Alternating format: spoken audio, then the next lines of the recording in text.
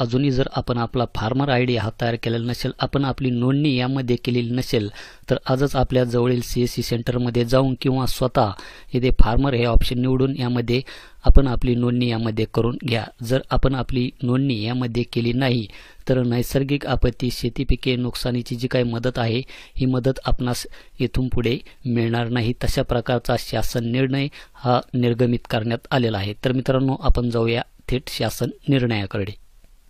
तर मित्रांनो, हा GR आपण येथे पाहू शकतात की शेती पीक नुकसानीसाठी पंचनामे करण्याच्या प्रक्रियेचे कृषी विभागाच्या ॲग्रिस्टॅक योजनेशी एकत्रीकरण करणे बाबत केंद्र शासनाची ॲग्रिस्टॅक ही योजना राज्य शासनाच्या कृषी विभागामार्फत राबविण्यात येत आहे।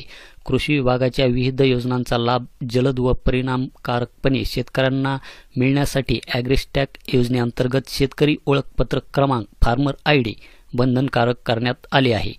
दिनांक 15 जुलै 2025 पासून मदत व पुनर्वसन विभागाअंतर्गत नैसर्गिक आपत्तीमुळे होणाऱ्या शेतीपीक शेतजमिनीच्या नुकसान मदतीसाठी कृषी विभागाच्या ॲग्रिस्टॅक योजनेअंतर्गत मिळालेले शेतकरी ओळखपत्र क्रमांक म्हणजेच फार्मर आयडी बंधनकारक करण्यात येत आहे।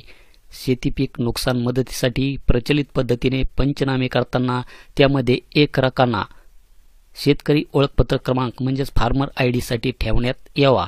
शेतीपीक नुकसान मदत वाटपाच्या DBT प्रणालीमध्येही एक रकाना शेतकरी ओळखपत्र क्रमांक म्हणजेच फार्मर आयडीसाठी तयार करून त्यामध्ये शेतकरी ओळखपत्र क्रमांक फार्मर आयडी भरण्यात यावा।